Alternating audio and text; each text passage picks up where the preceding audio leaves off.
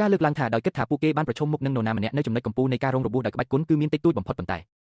គិតអំពីឈាមដែលនឹងហូរម្ដងទៀតនៅក្នុង Miriam ទាំងស្រុងដោយសារតែការគោរពឈាមបានបំពេញគាត់យ៉ាងជ្រៅការព្រួយបារម្ភពួកគេមិនត្រឹមតែពេញចិត្តនឹងការចាប់ចម្រិតមនុស្សដោយចៃដន្យដើម្បីបង្ហូរឈាមពួកគេប៉ុណ្ណោះទេប៉ុន្តែពួកគេកាលពី30ឆ្នាំមុនផងដែរប្រព្រឹត្តការសម្លាប់រង្គាលដូច្នេះคล้ายជាសត្រូវស្ពតរបស់មូរ៉ាមជានិកាយមួយនេះជាបញ្ហាធ្ងន់ធ្ងរខណៈពេលដែលសូយ៉ង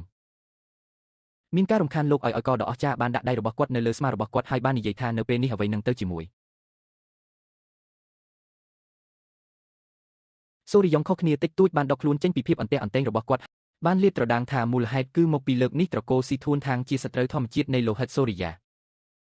មិនអាចជួយបានក្រៅពីខឹងនិងបែកញើសមិនដឹងថាជីតារបស់គាត់និយាយបែបនេះដោយចេតនាឬអត់ជីតាបានងាកមករកគាត់ហើយបង្ហាញស្នាមញញឹមបញ្ជាក់ពីការសង្ស័យរបស់គាត់បានដាក់ដៃនៅពីក្រោយខ្នងរបស់គាត់ហើយពន្យល់ថាគាត់មានសំណើសួរថាតើគាត់នឹងអាចធ្វើវាបានឬអត់គាត់ចាប់ផ្ដើមចង់ដឹងហើយឆ្លើយថាបាទហើយបើវាជា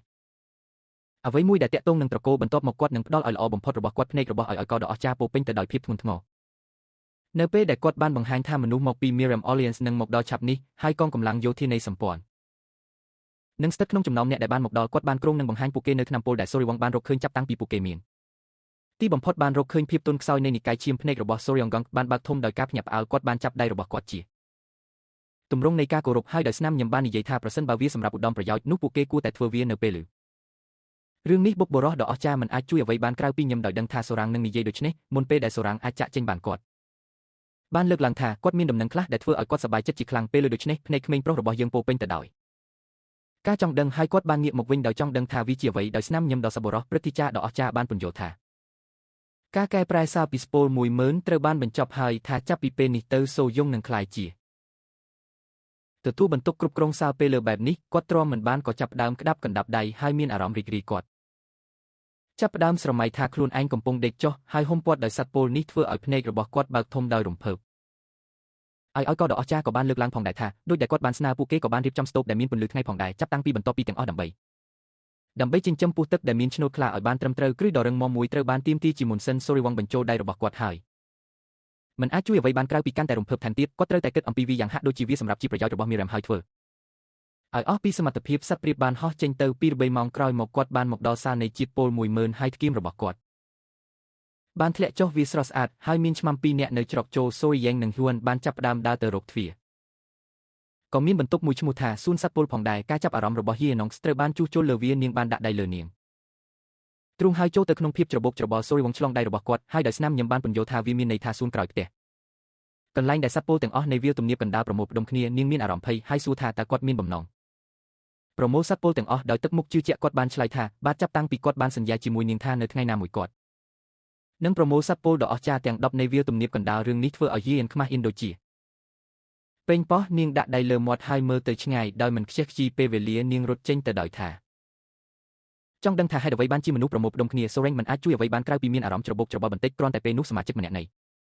ត្រកូលមានសេចក្តីសោមស្រីករាយដែលបានឃើញថាពួកគេបានមកដល់ហើយវាគឺជាគោពីគាត់បានដាក់ដៃលើចង្កេះរបស់គាត់ហើយដោយស្នាមញញឹមបានបង្ហាញថាលោកឥឡូវជាមេបញ្ជាការកងពលភ្នែករបស់សូរ៉យងពោពេញទៅដោយការភ័ន្តច្រឡំខណៈពេលដែលនៅម្ខាងទៀតហៀយ៉ាននៅស្ងៀមស្ងាត់ជាមួយនឹងស្នាមញញឹមដ៏សប្បុរសគៀភីបានពន្យល់ថាវាជាអង្គភាពដែលទើបបង្កើតថ្មីក្រោមបុព្វបុរស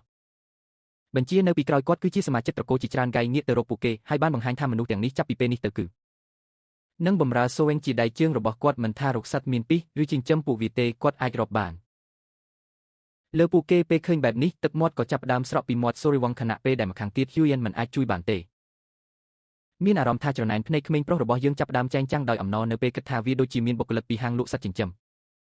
ដោយដឹងថាពួកគេពិតជាផ្ដល់ការគាំទ្រទាំងអស់ដល់គាត់នេះគឺជាពេលដែលក្តីសុបិនរបស់សូរីយ៉ាងបានបោះជំហានមួយទៀតឆ្ពោះទៅរកការពិតសត្វព្រាបនាំសារបានទៅដល់គោលដៅរបស់វាស្ត្រីសក់ខ្មៅម្នាក់បានទទួលសារហើយបន្ទាប់ពីអានវាដោយប្រុងប្រយ័ត្ននាងបានកត់សម្គាល់ឃើញថានិកាយបង្ហូរឈាមបានវិលត្រឡប់មកវិញនាងចាប់ផ្ដើមសម្លឹងមើលទៅលើមេឃដោយដឹងថានៅវាលទំនាបកណ្ដាលដែលធ្លាប់មានសន្តិភាពព្យុះបង្ហូរឈាមហៀបនឹងផ្ទុះឡើងម្ដងទៀតនៅថ្ងៃបន្ទាប់នៅព្រឹកព្រលឹមហ្គៅនិងបុរសរបស់គាត់បានធ្វើដំណើរឆ្ពោះទៅកាន់ថេងក្លែនម្នាក់ក្នុងចំណោមពួកព្រឹទ្ធាចារ្យបានងាកមកហើយជាមួយនឹងស្នាមញញឹមបានលើកឡើងថាពួកគេនឹងមកដល់ក្នុងពេលឆាប់នេះហើយសន្មតថាពួកគេនឹងត្រូវស្នាក់នៅថេងក្លែនទីបំផុតវិមាននៅយប់នោះស្នាមញញឹមបានរីករាលដាលពេញផ្ទៃមុខរបស់កែសង្កត់មិនអាចជួយបានទេប៉ុន្តែមានអារម្មណ៍សប្បាយចិត្តព្រោះវាជាការធូរស្រាលក្នុងការកិច្ចពីការដេកនៅខាងក្រៅគាត់ចាប់ផ្ដើមស្រមៃឃើញមេដឹកនាំនៃសម្ព័ន្ធម៉ៃរ៉ាំអធិរាជនៃកណ្ដាប់ដៃចយវងហាកដោយកណ្ដាប់ដៃរបស់គាត់បានក្តាប់ជាប់ហើយភ្នែករបស់គាត់ភ្លឺដោយកំហឹងជាមួយនឹងទឹកមុខភ័យស៊ឺយដឹងថា គាត់ត្រូវតែនាំដំណឹងល្អយ៉ាងហោចណាស់មួយគាត់មានចិត្តចង់រកសំបីតែដានតូចមួយនៃក្រុមជំនុំបង្ហូរឈាមបន្ទាប់ពីប៉ុន្មាននាទីក្រោយមកពួកគេបានមកដល់ច្រកចូល Tanglin ដែលត្រូវបានការពារដោយឆ្មាំប្រដាប់អាវុធ2នាក់មិនអាចជួយបានទេតែមានអារម្មណ៍រីករាយនៅពេលឃើញថាវាមាន Tanglin ស្ថិតនៅក្បែរនោះការចាប់អារម្មណ៍ពីម្នាក់ក្នុងចំណោមឆ្មាំសម្លឹងមើលពួកគេហើយភ្នែករបស់គាត់បើកធំដោយការភ្ញាក់ផ្អើលគាត់សន្មត់ថាពួកគេប្រកាសជាភ្ញៀវមកពី Merem សម្ព័ន្ធមិត្ត Hugo ដែលបានបោះជំហានទៅមុខបិទកង្ហាររបស់គាត់ហើយដោយក្រសែភ្នែកស្ងប់ស្ងាត់បានណែនាំខ្លួនគាត់ថាជាយោធាទីប្រឹក្សានៃសម្ព័ន្ធមិត្ត Merem ឆ្មាំម្នាក់បានបើកទ្វារហើយម្នាក់ទៀតបានស្វាគមន៍ពួកគេជាសញ្ញានៃការគោរពនឹងសូមអរគុណពួកគេចំពោះដំណើរទស្សនកិច្ចដ៏មានតម្លៃរបស់ពួកគេដោយស្នើឲ្យពួកគេរងចាំមួយផ្លែភ្នែករបស់អ្នកយាមបានរីកធំដោយភាពភ័យព្រួយគាត់សម្លឹងទៅម្ខាងហើយពន្យល់ថាមានរឿងមួយចំនួនដែលពួកគេត្រូវដឹងមុនពេលចូលទៅក្នុងវិមាន Tanglin ពេលលើបែបនេះភ្នែករបស់ Geju បានបើកធំដោយភាពច្របូកច្របល់ដែលធ្វើឲ្យគាត់ចង់ដឹងចង់ឃើញខណៈពេលដែលនៅលើផ្សេងទៀតបរិសុទ្ធចំណាស់បានសួរថាតើពួកគេត្រូវប្រគល់អាវុធរបស់ពួកគេមុនពេលចូលទៅយាមចាប់ផ្ដើមប៉ះចង្ការរបស់គាត់ជាមួយម្រាមដៃរបស់គាត់ហើយដោយទឹកមុខខ្មាស់អៀនបានលើកឡើងថាវាអាចស្ដាប់ទៅគួរឲ្យអាម៉ាស់ប៉ុន្តែបានពន្យល់ថាទោះបីជាសត្វតូចឬមិនសំខាន់យ៉ាងណាក៏ដោយពួកគេមិនគួរឆក់យកជីវិតនៅក្នុងត្រកូល Tengku ឡើយចាប់ផ្ដើមស្រមៃរូបសំណាកមាសរបស់ព្រះពុទ្ធហើយដោយទឹកមុខភ្ញាក់ផ្អើលឆ្ងល់ថាតើត្រកូល Teng ទាំងមូលបានបដូរទៅជាព្រះពុទ្ធសាសនាហើយអ្នកយាមមានអារម្មណ៍ភ័យហើយពន្យល់ថាពួកគេនឹងដឹងនៅពេលដែលពួកគេចូលទៅក្នុង Teng ត្រកូលប៉ុន្តែគាត់បានស្នើឲ្យពួកគេចងចាំរឿងនេះពេលលើបែបនេះ Jeju និងមេដឹកនាំក៏ចាប់ផ្ដើមធ្ងន់ធ្ងរពេលនោះនរណាម្នាក់បានលេចមុខហើយមានអារម្មណ៍សប្បាយចិត្តដែលឃើញថាទីប្រឹក្សាយោធាបានមកដល់ពេលឃើញបែបនេះជូភ្ញាក់ផ្អើលជាខ្លាំងធ្វើឲ្យស្នាមញឹមលេចឡើងនៅលើមុខរបស់គាត់ពួកគេគឺហ៊ួននិងសូយ៉ុងទាំងពីរនាក់បានអន់ក្បាលនៅចំពោះមុខគាត់ហើយស្វាគមន៍គាត់ជាទម្រង់នៃការគោរពហួសដែលក៏បានអន់ក្បាលដល់ពួកគេហើយស្វាគមន៍ពួកគេត្រឡប់មកវិញដោយលើកឡើងថាវាបានកន្លងផុតទៅពេលខ្លះហើយដោយសារតែគាត់បានឃើញហ៊ួនឈីដាក់ដៃលើពោះរបស់នាងហើយបានលើកឡើងថាវាពិតជាបាន1ឆ្នាំហើយចាប់តាំងពីលើកចុងក្រោយដែលពួកគេបានជួបគ្នាដោយស្នាមញឹមសេយូបានសួរថាតើអធិរាជដ៏ទេវភាពនៃ Myriad Poison នៅណាហ៊ួនបិទភ្នែករបស់នាងហើយឆ្លើយថាជីតារបស់នាងបានទៅស្វែងរកដាននៃនិកាយឈាមដោយសុំឲ្យគាត់សូមអភ័យទោសដល់នាងចំពោះភាពអរអួរដែលសេចដែលការយកចិត្តទុកដាក់របស់គាត់បានផ្ដោតលើនាងហើយដោយទឹកមុខស្ងប់ស្ងាត់គាត់បានសួរថាតើវានឹងមានការអរអួរយ៉ាងដូចម្តេចក្នុងការទទួលដោយផ្កាបីរបស់ Miriam ភ្នែករបស់គាត់បើកធំដោយការចង់ដឹងចង់ឃើញហើយការចាប់អារម្មណ៍របស់គាត់បានផ្ដោតលើសូរងគាត់បានសួរថាតើអ្នកចម្បាំងវ័យក្មេងនេះជានរណាដោយស្នាមញឹមដ៏សប្បុរសក្មេងប្រុសរបស់យើងបាននិយាយដែលវាជាកិត្តិយសសម្រាប់គាត់ដែលបានជួបជាមួយទីប្រឹក្សាយោធាគាត់បានស្វាគមន៍ពួកគេម្ដងទៀតហើយណែនាំខ្លួនគាត់ថាជាវ៉ៃសូរីយ៉ងពេលលើបែបនេះការចាប់អារម្មណ៍របស់គូនិងព្រឹទ្ធាចារ្យបានផ្ដោតទៅលើគាត់ពួកគេមានការភ័ន្តច្រឡំពេលឃើញថាគាត់មិនមែនមកពីត្រកូលតាងហ៊ួយអានដាក់ដៃលើទ្រូងសម្លឹងមើលទៅឆ្ងាយហើយដោយទឹកមុខភ័យព្រួយបានលាតត្រដាងថាសូអរងតើគូដណ្ដឹងរបស់នាងគឺជាអ្នកណាការបង្ហាញនេះបានបន្សល់ទុកជ័យដែលជាមនុស្សចាស់ក្នុងភាពតក់ស្លុតបរិសុទ្ធដែលបានមកជាមួយពួកគេបានចាប់ផ្ដើមបាត់បង់គំនិតនឹងមានអារម្មណ៍ច្រណែននៅពេលឃើញថាមួយក្នុងចំណោមផ្កាបីរបស់ Meremang មានគូស្នេហ៍ពួកគេបានក្តាប់កណ្ដាប់ដៃហើយភ្នែករបស់ពួកគេពោពេញទៅដោយទឹកភ្នែកសម្រាប់ពួកគេពិភពលោកនេះអយុត្តិធម៌ហើយពួកគេមិនដឹងថាសូរៀងមកពីណាទេពីការច្រណែនក៏បានលេចឡើងនៅក្នុងភ្នែករបស់សេយ៉ងផងដែរគាត់បានបើកកង្ហារហើយពេលកំពុងសម្លឹងមើលដីគាត់បានសួរថាតើពួកគេអាចណែនាំពួកគេនៅខាងក្នុងបានទេគាត់ដឹងថានៅអត្រានេះវាអាចទៅរួចដែលក្រុមទាំងមូលនឹងស្នើសុំការប្រកួតជាមួយស៊ុយវងគ្រាន់តែពេលនោះសម្លេងចម្លែកមួយបានសាយភីពេញអាកាសភ្នែករបស់យ៉ងហ៊ីវនិងមនុស្សចាស់ពេញទៅដោយមានការភ័ន្តច្រឡំនិងចង់ដឹងចង់ឃើញព្រោះពួកគេមិនដឹងថាសម្លេងចម្លែកនោះមកពីណាមនុស្សប្រុសបើកភ្នែកធំពួកគេចាប់ផ្ដើមសម្លឹងមើលទៅលើមេឃហើយដោយទឹកមុខភ្ញាក់ផ្អើលពួកគេបានតាក់ទាញចំណាប់អារម្មណ៍អ្នកគ្រប់គ្នាដោយបង្ហាញថាមានអ្វីមួយនៅលើមេឃសម្លេងនោះបានមកពីសត្វឃ្មុំមាសដែលកំពុងហោះហើរជុំវិញតំបន់នោះការចាប់អារម្មណ៍របស់មនុស្សគ្រប់គ្នាត្រូវបានជួសជុលលើពួកគេមានការតក់ស្លុតនៅពេលឃើញថាមានសត្វពលដូចជាសត្វឃ្មុំទាំងនេះនៅក្នុងត្រកូល Teng បរោះឈរនៅពីមុខខ្លួនហើយអ្នកផ្សេងទៀតដកដាវរបស់ពួកគេហើយសួរអ្នកគ្រប់គ្នាផ្សេងទៀតឲ្យប្រុងប្រយ័ត្នពួកគេត្រៀមខ្លួនរួចជាស្រេចដើម្បីការពារខ្លួនដោយឃើញបែបនេះសូរិញមិនអាចជួយអ្វីបានក្រៅពីភ័យស្លន់ស្លោហើយជាមួយក្រសែភ្នែកដ៏មើងម៉ាត់បានសុំឲ្យពួកគេទុកអាវុធរបស់ពួកគេចោលភ្នែករបស់គាត់បើកធំដោយភ័យខ្លាចគាត់ដាក់ដៃលើស្មារបស់បរោះនោះហើយសម្រាប់ចិត្តពន្យល់បទបញ្ជាថ្មីរបស់ត្រកូល Teng ប៉ុន្តែបរោះនោះខឹងរុញដៃក្មេងប្រុសរបស់យើងចេញហើយសម្លឹងមើលដោយកំហឹងសុំឲ្យគាត់ចេញបង្ហាញថាសត្វឃ្មុំស្ដេចសក់មាសពិតជាសត្វមានគ្រោះថ្នាក់ដែលអាចសម្លាប់មនុស្សសាមញ្ញបានយ៉ាងងាយស្រួលសូរីវងព្យាយាមពន្យល់ខ្លួនឯងប៉ុន្តែបន្តិចម្ដងបរោះទាំងនោះចាប់ផ្ដើមកំទេចរាងកាយរបស់គាត់លែងអាចទប់កំហឹងរបស់គាត់បានរុញបរោះនោះចេញហើយដោយកំហឹងក្រសែភ្នែកបានលាតត្រដាងថាគាត់កំពុងចិញ្ចឹមឃ្មុំស្ដេចសក់មាសសុំឲ្យមនុស្សគ្រប់គ្នាស្ងប់ស្ងាត់បរោះនោះមិនអាចជួយបានទេប៉ុន្តែចូលទៅក្នុងភាពតក់ស្លុតហើយលេបទឹកមាត់យ៉ាងខ្លាំងនៅពេលឃើញថាសូរីយ៉ងកំពុងចិញ្ចឹមសត្វមានពិសបែបនេះម្ដងម្កាលសត្វឃ្មុំមួយក្បាលបានចុះចតនៅលើក្បាលសូរីយ៉ងជាទម្រង់នៃសេចក្តីស្រឡាញ់ហើយនៅពេលឃើញរឿងនេះចុកហ៊ីវនិងអ្នកផ្សេងទៀតភ័យខ្លាចយ៉ាងខ្លាំងហើយបានដកថយទៅវិញដោយស្នាមញឹមសូរិញចាប់ដើមលេងជាមួយសត្វឃ្មុំហើយដឹងថាពួកគេនៅគាត់ចាប់តាំងពីមានរឿងខ្លះពេលវេលាចាប់តាំងពីពួកគេបានជួបគ្នាចុងក្រោយភ្នែករបស់យីណុងបានបើកធំដោយអំណរហើយនាងចាប់ដើមញឹមការសម្លឹងមើលរបស់ សត្វឃ្មុំសម្លឹងមកយកនឹងមនុស្សរបស់គាត់ក្មេងប្រុសរបស់យើងចាប់ផ្ដើមថាបសត្វឃ្មុំមួយក្បាលហើយដោយស្នាមញញឹមសប្បុរសបានសុំឲ្យពួកគេគុំចាក់ភ្ញៀវបរោះនោះបើកមាត់ធំគាត់ចាប់ផ្ដើមបែកញើសពេលឃើញថាសូរីវងកំពុងព្យាបាលសក់ពណ៌មាសសត្វឃ្មុំស្ដេចហាក់បីដូចជាកូនក្មេងហើយវិញ្ញាណនៃអ្នកចម្បាំងវ័យក្មេងបានស្ងប់ភ្លាមបន្ទាប់ពីនេះឧបត្តិហេតុយកហ៊ីវនិងមនុស្សចាស់បានអំដំណើរសូរ៉េងនឹងហួងចូលទៅខាងក្នុងយកដែលការយកចិត្តទុកដាក់របស់គាត់បានផ្ដោតទៅលើសូរ៉េងគាត់មិនដែលគិតថាអ្នកចម្បាំងវ័យក្មេងមកពីកោះហាណានគឺជាគូដណ្ដឹងរបស់ផ្កាពលនោះទេគាត់មានការភ្ញាក់ផ្អើលដើម្បីមើលឃើញថាតើទោះបីជាមនុស្សខាងក្រៅក៏ដោយសូរីវងបានគ្រប់គ្រងខ្លាយជាកូនប្រសាររបស់ Clan Tech យ៉ាងដូចម្តេចខណៈពេលដែលពួកគេកំពុងដើរលេងស្រាប់តែមានអ្វីមួយបានទាក់ទាញចំណាប់អារម្មណ៍របស់យុយមិនឆ្ងាយពីពួកគេបរិសុទ្ធពីរនាក់កំពុងអង្គុយឆ្លោះប្រកែកគ្នាបរិសុទ្ធសក់ខ្មៅបានយកធូបផ្កាតូចមួយចេញហើយពេលចង្អុលវាដោយម្រាមដៃដោយកំហឹងយ៉ាងខ្លាំងធ្វើឲ្យវាខ្លាយជាច្បាស់ណាស់ថា Scorpion Beast នឹងស័ក្តិសមជាងសម្រាប់ត្រកូលថេងក្មេងប្រុសសក់ពណ៌ទឹកក្រូចបានយកតូចមួយChameleon ហើយដោយក្រសែភ្នែកពោពេញដោយកំហឹងបានសួរថាតើគាត់កំពុងនិយាយអំពីអ្វីហើយបានសុំឲ្យមនុស្សគ្រប់គ្នាមើលរូបរាងកំពូលភ្នំដ៏ត្រចះត្រចង់របស់ Chameleon ភ្នែករបស់ Jax ធំឡើងដោយភ័យខ្លាចគាត់បានដាក់ដៃលើស្មារបស់ Soryong-gong ហើយខណៈពេលដែល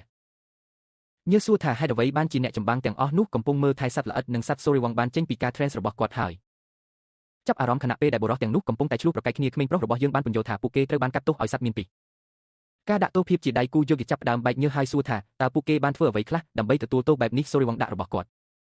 ដៃនៅក្រោមចង្ការបស់គាត់ហើយចាប់ផ្ដើមគិតកាលពីប៉ុន្មានថ្ងៃមុននៅពេលយប់ឧបត្តិហេតុបានកើតឡើង Soryong និង Thuen បានទៅសារហ្វឹកហាត់ក្មេងប្រុសរបស់យើងចាប់ផ្ដើមហ្វឹកហាត់នាងមានអារម្មណ៍ភ័យហើយពន្យល់ថាគាត់ត្រូវមានអារម្មណ៍ដូចជាគាត់កំពុងបញ្ចេញ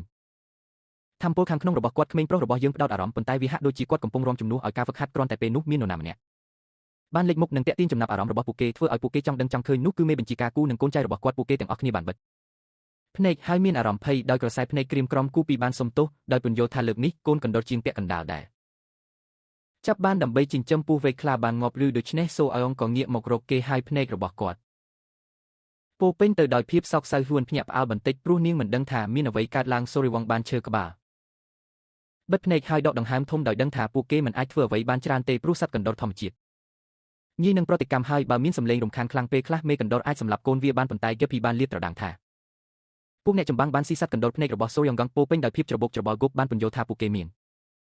នស៊ីសត្វកណ្ដុរជាអាហារសម្រន់ពេលផឹកស្រាភ្នែករបស់គាត់បើកធំដោយការភ្ញាក់ផ្អើលគាត់និយាយមិនចេញពេលឃើញថាអ្នកចម្បាំងបានស៊ីកូនតូចជាម្ហូបមួយមុខសម្រាប់ស្រាគាត់មានការភ័ន្តច្រឡំដោយមិនដឹងថាមានអ្វីកើតឡើងហួយបានឆ្លងដៃរបស់នាងហើយចាប់ផ្ដើមសង្កេតមើលគូពីហើយបានពន្យល់ថា Three Screeches គឺជាម្ហូបមួយដែលទីរោគទើបនឹងកើ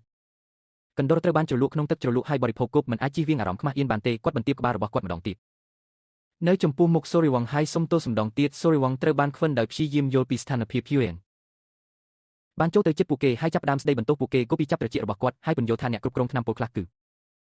មកពី Henan ហើយពួកគេបាននិយាយថាវាធ្វើឲ្យពួកគេនឹកឃើញដល់ផ្ទះរបស់ពួកគេហើយរឿងមួយបាននាំឲ្យមានរឿងមួយទៀតដែលបណ្ដាលឲ្យ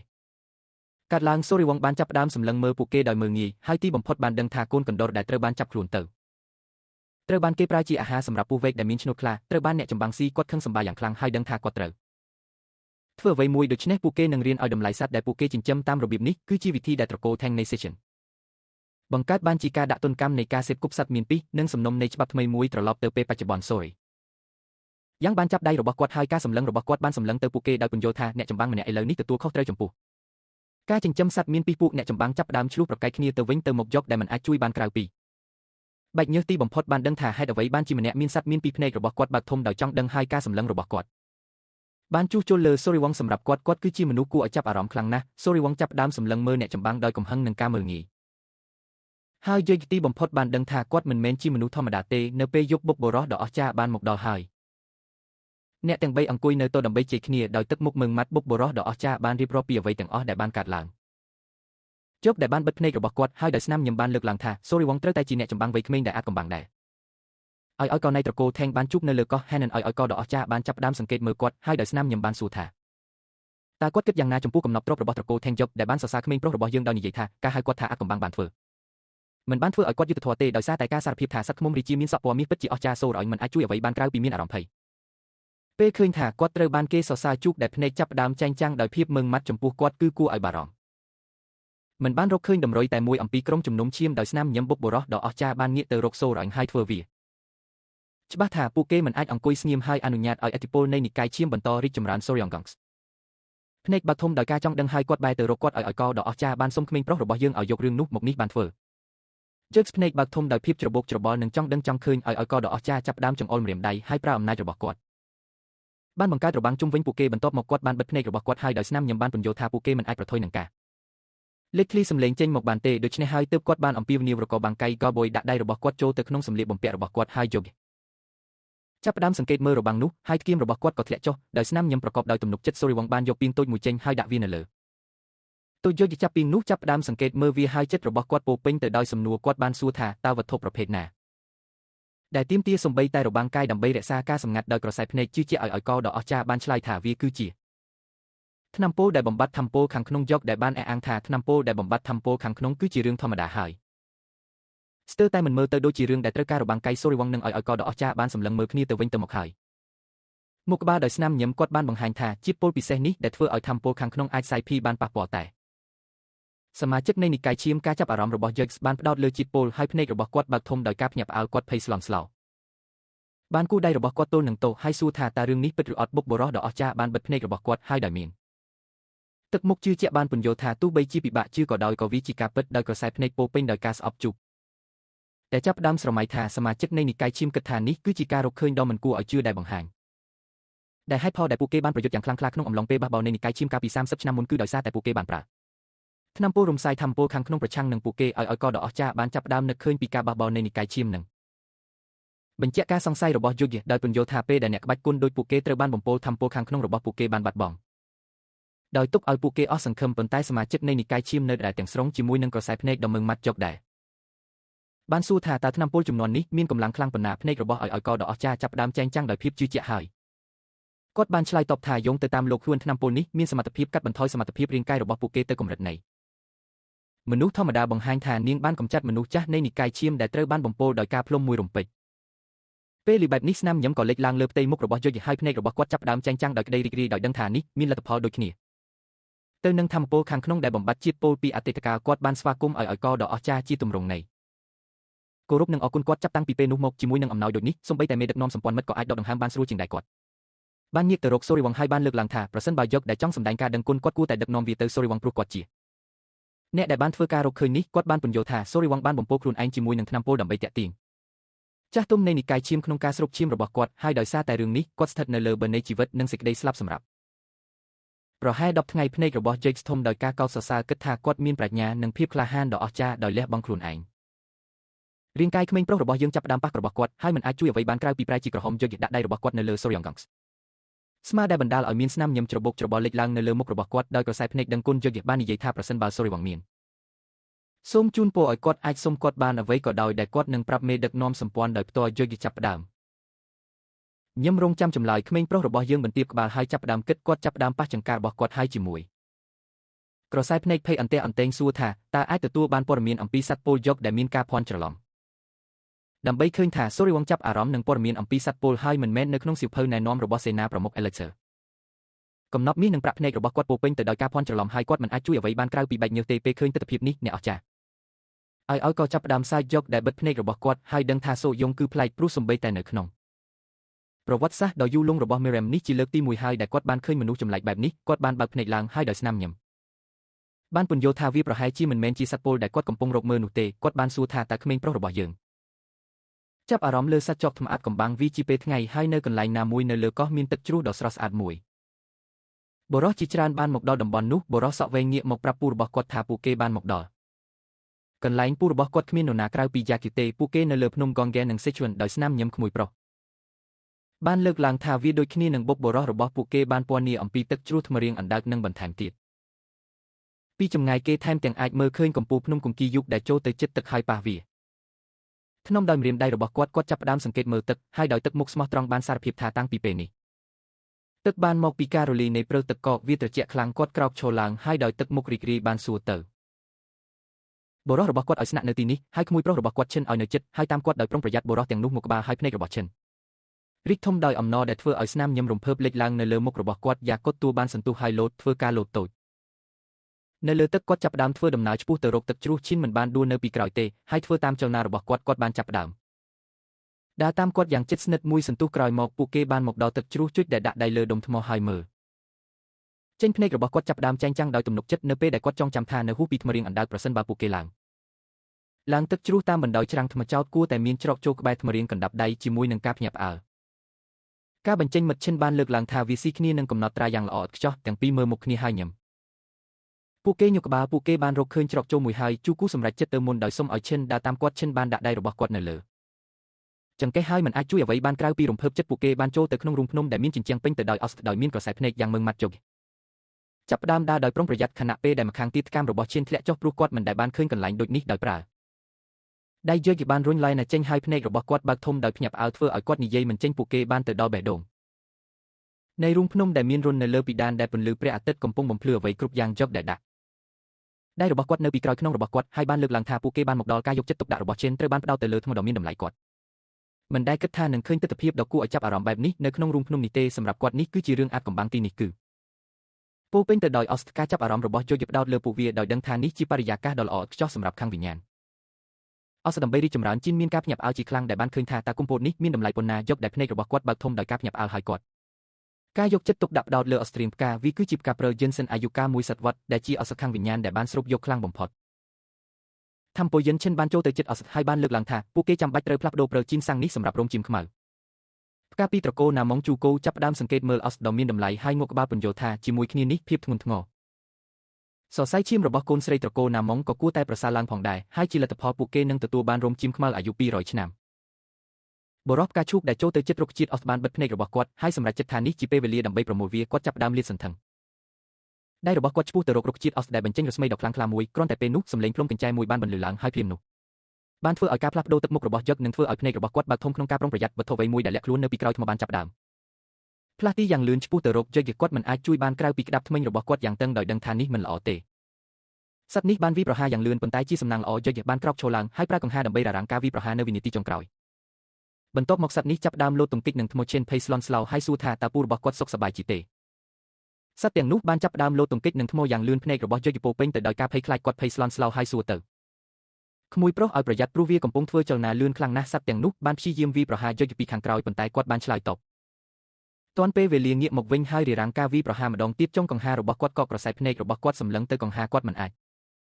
ជួយប៉ុន្តែមានអារម្មណ៍ច្របូកច្របល់បន្តិចនៅពេលឃើញខេឈៀនក៏ព្រួយបារម្ភបន្តិចក៏ចូលមកសួរថាមានរឿងអីកើតឡើងហើយសត្វអ្វីកំពុងវាយប្រហារយកនៅស្ងៀមរួចហើយដោយក្រសែភ្នែកដ៏ស្ងប់ស្ងាត់បានបង្ហាញថាពួកគេកំពុងត្រូវបានវាយប្រហារដោយសត្វចោកពេលលើបែបនេះភ្នែករបស់ឈៀនធំដោយការភ្ញាក់ផ្អើលនិងការភ័ន្តច្រឡំគាត់មិនអាចជឿជាក់ថានេះជាការពិតសត្វជីងចក់ពណ៌ខៀវបានលេចចេញមកត្រៀមខ្លួនវាយប្រហារម្ដងទៀតយកដែលបានប្រាប់រឿងនេះដំណើរផ្សងព្រេងទៅកាន់សូរីវងក្មេងប្រុសរបស់យើងបានទម្លាក់កាមរបស់គាត់ហើយភ្នែករបស់គាត់បានរីកធំដោយការភ្ញាក់ផ្អើលព្រោះវាកំមករកឃើញពណ៌ខៀវជីងចក់បុកបរោះដ៏អស្ចារ្យមិនអាចជួយបានក្រៅពីញឹមដោយគិតថាសូយ៉ុងជាអ្នកស្រឡាញ់សត្វពលជាមួយការបង្ហាញដ៏ម៉ឺងម៉ាត់មួយដែលគាត់បានលើកឡើងថាសត្វជីងចក់ទាំងនោះមិនមានពីទេហើយបានសួរថាតើគាត់ប្រកាសថាវាមានសុវត្ថិភាពឬអត់មាត់របស់ក្មេងប្រុសរបស់យើងស្រក់ទឹកមាត់ហើយភ្នែករបស់គាត់ចាប់ដើមភ្លឺដោយភាពរីករាយជាមួយស្នាមញឹមគាត់បាននិយាយថាវាមិនអីទេដោយបង្ហាញថាសត្វជីងចក់មានកៃពលនៅក្នុងភ្នែករបស់ពួកគេឲ្យកោដ៏អស្ចារ្យមានការភ្ញាក់ផ្អើលហើយទោះបីជាមិនដឹងថាក្មេងប្រុសរបស់យើងយ៉ាងណាក៏ដោយកំពុងនិយាយអំពីគាត់សរសើរគាត់យ៉ាងណាក៏ដោយយកចាប់ដើមបង្ហាញស្នាមញឹមដោយបង្ខំដោយដឹងថាសូរ៉ងគឺប្រកាសជាមនុស្សចម្លែកវាជាពេលយប់ហើយមេឃពិតជាស្រស់ស្អាតយកបានពន្យល់ថាប្រសិនបើគាត់ទទួលបានព័ត៌មានថ្មីអំពីសត្វពលផ្សេងទៀតគាត់នឹងប្រាប់សូរីវងភ្លាមភ្នែករបស់សូរីយ៉ងហ្គងចាប់ដើមភ្លឺដោយសប្បាយហើយគាត់មិនអាចជួយអ្វីបានទេប៉ុន្តែអរគុណគាត់ពីបាត់ចិត្តរបស់គាត់នៅថ្ងៃបន្ទាប់ដែលបុកបរោះបានត្រឡប់មកវិញគាត់យ៉ាងខ្លាំងបារម្ភហើយរឿងដំបូងដែលគាត់បានធ្វើគឺចូលទៅក្នុងវិមានដើម្បីពិនិត្យមើលថាតើសូរីវងមិនអីទេសូរីវងហួងចុចយ៉ាងហ្នឹងលោកឲ្យកដ៏អស្ចារ្យកំពុងអង្គុយផឹកតែឃើញថាលោកឲ្យកំដល់ហើយគ្រប់គ្នាបានងាកមកចាប់អារម្មណ៍ចំពោះគាត់ហើយក្មេងប្រុសរបស់យើងបានសួរថាតើមានបញ្ហាអ្វីទេពេលនោះសៀវសិនបានចាប់មាត់នឹងក្បាលរបស់សូរីវងហើយដោយមានការព្រួយបារម្ភបានចាប់ដើមងាកក្បាលរបស់គាត់ដើម្បីមើលថាតើគាត់មានរបួសអ្វីឬអត់ហើយសួរថាតើគាត់មិនអីទេពេលនោះយីយ៉ានក្រោកឈរឡើងហើយពេលឃើញបែបនេះនាងមិនអាចជួយអ្វីបានក្រៅពីមានអារម្មណ៍ច្របូកច្របល់បន្តិចសូម្បីតែសូរ៉េងក៏មានអារម្មណ៍ច្របូកច្របល់ដូចនាងដែរហើយបានពន្យល់ទៅកាន់ឲ្យកោដែលគាត់សុខសប្បាយជាមួយនឹងស្នាមញឹមគាត់ចាប់ដើមបង្ហាញស្នាមខំពុះទាំងអស់ដែលគាត់មាននៅលើដៃរបស់គាត់ហើយពន្យល់ថាទោះបីជាគាត់បានភ្ញាក់ពីដំណេកបន្ទាប់ពី10ថ្ងៃជាមួយនឹងស្នាមនៅលើដៃរបស់គាត់យ៉ាងហោចណាស់គាត់នៅរស់ភ្នែករបស់ឲ្យកោចាប់ដើមភ្លឺដោយកំហឹងហើយផ្សែងចាប់ដើមលេចចេញពីច្រមុះរបស់គាត់ខឹងសម្បាយ៉ាងខ្លាំងដែលឃើញមនុស្សអាក្រក់នៃការគោរពបូជាឈាមបានហ៊ានធ្វើបាបសូរ៉េងគ្រាន់តែពេលនោះស្រាប់តែមានអ្វីមួយទាក់ទាញចំណាប់អារម្មណ៍របស់គាត់ហើយភ្នែករបស់គាត់ពោពេញដោយការភ្ញាក់ផ្អើលគាត់ងាកទៅយួនហើយដោយទឹកមុខខឹងសម្បានិងបារម្ភបានសួរថាតើនាងសុខសប្បាយទេដោយឃើញបែបនេះយីយ៉ានភ័យស្លន់ស្លោហើយសួរនាងឪពុកឲ្យស្ងប់ស្ងាត់ដោយស្នាមញឹមប្រកបដោយទំនុកចិត្តនាងបានសារភាពថានាងសុខសប្បាយទេដោយបង្ហាញថាសូយ៉ុងនិងគ្រូសាសមាជិកបានជួយសង្គ្រោះនាងឲ្យកដ៏អស្ចារ្យបានក្អប់ហើយដោយស្នាមញឹមបានទាក់ទាញចំណាប់អារម្មណ៍របស់មនុស្សគ្រប់គ្នាបង្ហាញ ថាសូយ៉ុងបានធ្វើអ្វីដែលមិនគួរឲ្យជឿគាត់បានបង្ហាញថាក្រោយពីគូមនុស្សចាស់សូយ៉ុងបាននិយាយថាគាត់ជាស្ត្រីធម្មជាតិរបស់គាត់ក្មេងប្រុសរបស់យើងមើលទៅឆ្ងាយហើយមិនអាចជួយអ្វីបានក្រៅពីមានអារម្មណ៍ខ្មាស់អៀនខណៈពេលដែលម្យ៉ាងវិញទៀតស្នាមញឹមដ៏មោទនភាពបានរីកដាលពីពេញផ្ទៃមុខរបស់ឲ្យកសូរីវងបានគុំរៀមដៃរបស់គាត់ហើយពេលកំពុងឡើងក្រហមដោយភាពការបង្ហាញអារម្មណ៍ភ័យបានពន្យល់ថាអ្វីដំណើរការល្អចាប់តាំងពីផែនការរបស់គាត់បានសម្រេចឲ្យកដ៏អស្ចារ្យបានចូលរួមការសន្ទនាដោយបង្ហាញថាយ៉ាងហោចណាស់អរគុណចំពោះរឿងនោះពួកគេបានរកឃើញភាពទន់ខ្សោយនៃនិកាយឈាមយយដែលកំពុងអង្គុយនៅទៅបានលើកដៃហើយញឹមញែមតាក់ទាញចំណាប់អារម្មណ៍របស់ឲ្យកដោយសួរថាតើគាត់សុខសប្បាយជីទេដោយឃើញថាយយក៏មានវត្តមានផងដែរឲ្យកបានចាប់ដៃគាត់ចាប់តាំងពីយយបានឡើងកាន់តំណែងខ្ពស់ពួកគេមិនបានតាក់ទងគ្នាខ្លាំងទេហើយឥឡូវនេះពួកគេបានជួបគ្នាតែក្នុងកាលៈទេសៈបែបនេះទេដោយស្នាមញឹមយយបានសុំទោសដោយពន្យល់ថាគាត់រវល់ខ្លាំងណាស់ការចាប់អារម្មណ៍របស់សូរីវងនិងហៀនងត្រូវបានផ្ដោតទៅលើពួកគេដោយធ្វើឲ្យស្នាមញឹមលេចឡើងលើផ្ទៃមុខរបស់ពួកគេនាងបានកែសក់មួយសរសៃហើយបានលើកឡើងថាពួកគេជាមិត្តកុមារភាពក្មេងប្រុសរបស់យើងមិនអាចជួយអ្វីបានក្រៅពីមានអារម្មណ៍ថាមានភាពតានតឹងព្រោះរឿងនេះមានភាពច្របូកច្របល់ខ្លាំងយកដែលបានសុំឲ្យកអង្គុយចុះព្រោះពួកគេមានរឿងជាច្រើនដែលត្រូវពិភាក្សាគ្នាចាប់ផ្ដើមជាមួយនឹងនិកាយឈាមបុកបរោះមិនបានបដិសេធទេប៉ុន្តែបានសុំឲ្យសូរីវងនិងហ៊ួនអង្គុយផងដែរព្រោះពួកគេត្រូវពិភាក្សារឿងនេះលំអិតបន្ថែមទៀតសូរីវងកាន់តែភ័យប៉ុន្តែញកក្បាលខណៈពេលដែលម្យ៉ាងវិញទៀតហ៊ូយនចាប់ផ្ដើមញឹមមនុស្សគ្រប់គ្នានៅតោហើយឲ្យក៏បានសួរថាតើដំណើរការស្វែងរកភ្នាក់ងារសម្ងាត់ដំណើរការយ៉ាងដូចម្តេចសូរីវងកងស្ភ្នែកពោពេញដោយភាពចង់ដឹងចង់ឃើញគាត់បានរំខានការសន្ទនាហើយសួរថាតើអាចកំបាំងមួយណាភ្នាក់ងារដែលពួកគេកំពុងតែនិយាយអំពីគាត់មិនបានដឹងថាតើដោយភ្នាក់ងារសម្ងាត់ពួកគេកំពុងសម្ដៅទៅលើចារកម្មឬអ្វីដែលស្រដៀងគ្នានោះទេឲ្យកដាក់ក្បាលលើកណ្ដាប់ដៃហើយភ្នែករបស់គាត់ក៏ពង្រីកដោយភាពរីករាយបន្ទាប់មកគាត់បិទភ្នែកទាំងឈឺធ្ងន់តោងសួរថាតើសូយ៉ុងមិនបានលើកឡើងទេថាក្រុមមនុស្សត្រឆានមកពីនិកាយឈាមបានរំខានដើម្បីលួចអាត់កំបាំងសៀវភៅណែនាំអំពីក្រញាំឈាមនិងពីដោយក្រសែភ្នែកភ្ញាក់ផ្អើលនិងស្មោះត្រង់ក្មេងប្រុសរបស់យើងបានពន្យល់ថាសម្រាប់ពួកគេវាមានសារៈសំខាន់ខ្លាំងណាស់អ្នកចាស់ទុំបានបើកភ្នែកឡើងហើយសួរថាតើក្មេងប្រុសរបស់យើងជឿថាពួកគេបានរកឃើញដោយរបៀបណាថាដៃឈាមពោលសៀវភៅណែនាំក្រញាំដៃគឺជាមួយត្រកូលថេងនៃស៊ីជិនសូយ៉ុងកងភ្នែកបើកធំដោយភ័យខ្លាចគាត់មិនអាចជួយអ្វីបានក្រៅពីខំថ្មិញហើយចាប់ផ្ដើមបែកញើសដាក់ដៃលើតុគាត់ក្រោកឈរឡើងហើយដោយទឹកមុខខឹងសម្បាធ្វើឲ្យវាច្បាស់ថានេះជាបញ្ហាធំព្រោះអាចមាននរណាម្នាក់នៅខាងក្នុងត្រកូលកំពុងលេចធ្លីព័ត៌មានទៅលិតបង្ហូរឈាមយួននឹងការចាប់អារម្មណ៍របស់បុកបរោះបានផ្ដោតលើក្មេងប្រុសរបស់យើងដោយធ្វើឲ្យពួកគេភ្ញាក់ផ្អើលបន្តិចចំពោះភ្នែករបស់បុកបរោះនិងជប់ដែ